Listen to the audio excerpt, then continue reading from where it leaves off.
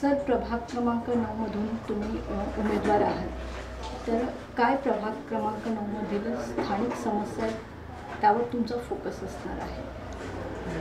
आज गडिंग्लज नगरपालिकेची सार्वत्रिक निवडणूक होऊ घातलेली आहे. या राज्याचे वैद्यकीय शिक्षण मंत्री माझं दैवत आदरणीय मुश्रीफ साहेब यांनी मला प्रभाग क्रमांक 9 मधून उमेदवारी दिलेली आहे. राष्ट्रवादी काँग्रेसचा विचार आम्ही घरोघरी पोचवण्याचं काम आजपर्यंत केलेलं आहे. त्याच पद्धतीनं मुश्रीफ साहेबांच्या माध्यमातून शासकीय योजना असतील, रस्ते असतील, गटरे असतील, समाज मंदिरे असतील, असे अनेक ठिकाणची विकास कामे घेऊन आम्ही लोकांच्या दारात जात आहोत.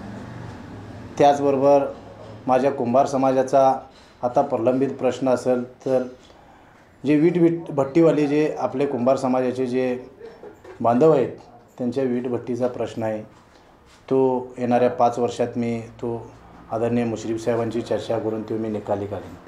कुंभार समाज बांधवांच्यासाठी लग्न समारंभासाठी कार्यालयाची आहे ते त्यांचा देखील प्रश्न मी निकाली काढेन. त्याच पद्धतीनं माझ्या नदीवेस भागातील नागरिकांच्यासाठी माझे ज्येष्ठ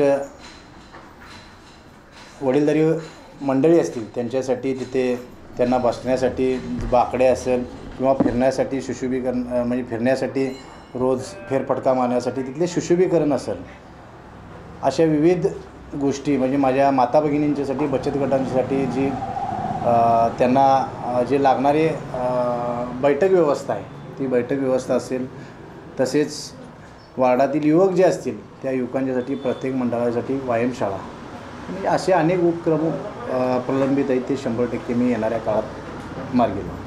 मला विचारायचं की तुम्ही सगळं सांगितलं, युवकांसाठी सांगितलं, कुंभार समाजाशी तुमची जोडलेली नाळ तुमच्या बोलण्यावरून लक्षात आली. मला विचारायचं की काय स्थानिक लेवलच्या समस्या त्या तुमच्याकडून सोडवल्या जाणार आहेत? जसं की ज्या भागात जाईल तिथं एक समस्या म्हणजे आढळते ती आहे रस्ते, पाणी, वीज, गटारी. मग तुमच्या भागातील समस्या त्या सुटलेल्या आहेत का?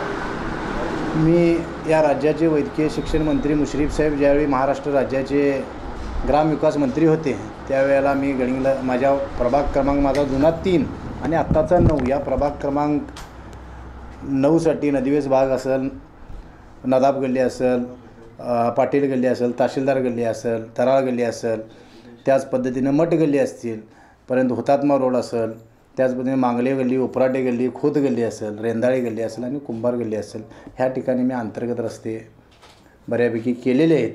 काही ठिकाणी आता या अतिरिक्त पावसामुळे ते काही ठिकाणी खराब झालेले आहेत, ते देखील रस्ते आणि गटारे देखील ह्या 5 वर्षात मी त्याचा प्रश्न निकाली लावला.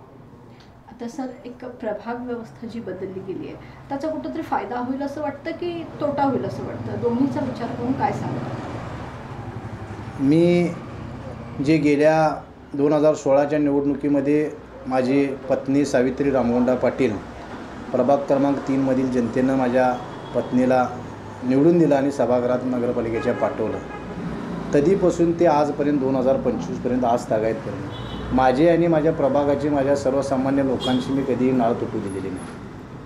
मग ते बांधकाम कामगार योजना असेल, बांधकाम कामगार योजना तर आदरणीय मुश्रीफ साहेब ज्यावेळेला या राज्याचे कामगार मंत्री होते त्यावेळेला जवळजवळ माझ्या प्रभागामध्ये 1150 बांधकाम कामगार मी केलेले आहेत. मग त्या बांधकाम कामगारांना त्यांचं साहित्य वाटप असू देत, त्यांच्या मुलांच्यासाठी शिष्यवृत्ती असू देत, म्हणजे जन्मापासून मृत्यूपर्यंत ज्या ज्या गोष्टी त्या बांधकाम कामगारांना लाभ देता येईल ते करण्याचं मी काम प्रथमतः केलेलं आहे.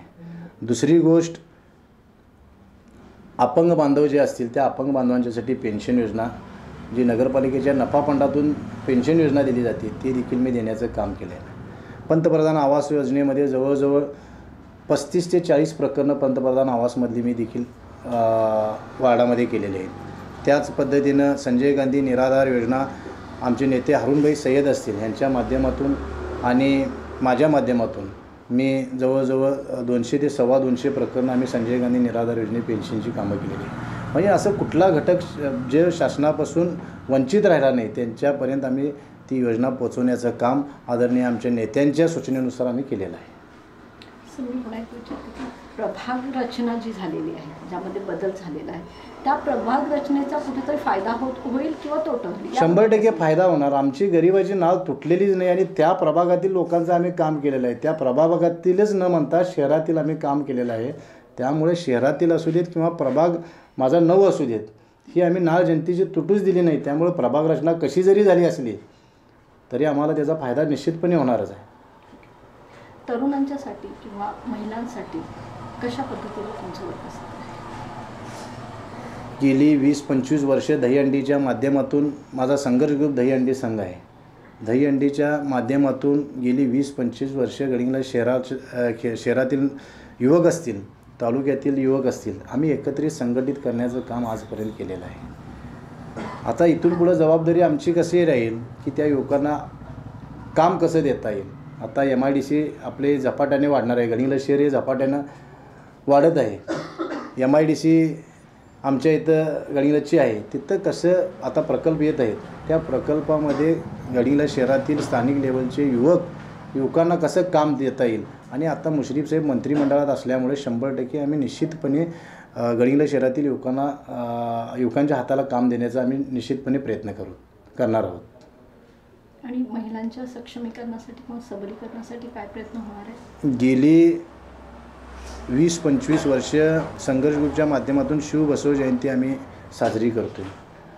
त्या शिवबसव जयंतीच्या माध्यमातून दरवर्षी कलश मिरवणूक आमची जवळजवळ कलश मिरवणूक घेऊन जवळजवळ 1000 महिला त्या मिरवणुकीमध्ये सहभागी असतात. म्हणजे युवकच नाही पण महिलांना देखील संघटित करण्याचं काम आम्ही केलेलं आहे.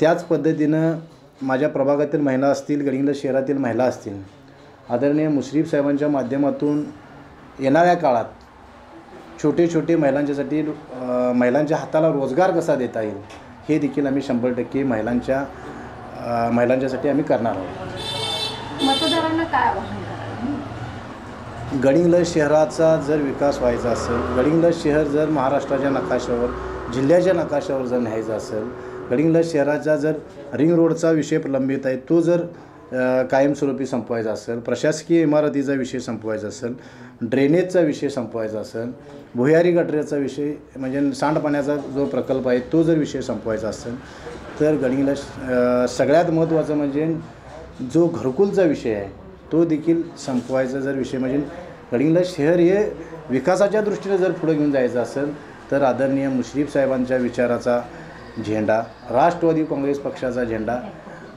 या नगरपालिकेवर फडकलाच पाहिजे. आणि गडिंग्लज शहरातल्या माझ्या तमाम मतदार बंधू भगिनींना विनंती आहे की राष्ट्रवादी काँग्रेसच्या पाठीमागे तुम्ही ठामपणे राहा आणि येणाऱ्या 2 तारखेला राष्ट्रवादी काँग्रेस पक्षाचे जे उमेदवार असेल त्यांच्या घड्याळ्या चिन्हावर आणि तसेच आमचे मित्र नागेश चौगुले यांच्या सौभाग्यवती स्वाती चौगुले ह्या प्रभाग क्रमांक 11 म्हणून लढत आहेत, त्यांच्या चिन्हासमोरील बटन दाबून आम्हाला भरघोस मताने विजयी करा. आणि आमचे नगराध्यक्षपदाचे उमेदवार जे महेश तुर्बटमठ आहेत त्यांना देखील एक आध्यात्मिक विचाराचा माणूस, एक सात्विक माणूस म्हणजे आता जर बघितला तर महेश तुर्बटमठचे विचार खूप महत्त्वाचे आहेत. म्हणजे एक गडिंग्लज शहराला संयमी नेतृत्व आणि शांत स्वभावाचा माणूस तुम्हाला लोकांच्या समोर येणार आहे. त्यांना नगराध्यक्षपदासाठी निवडून द्या, हेच मी गडिंग्लज शहरातील तमाम जनतेला आवाहन करणार.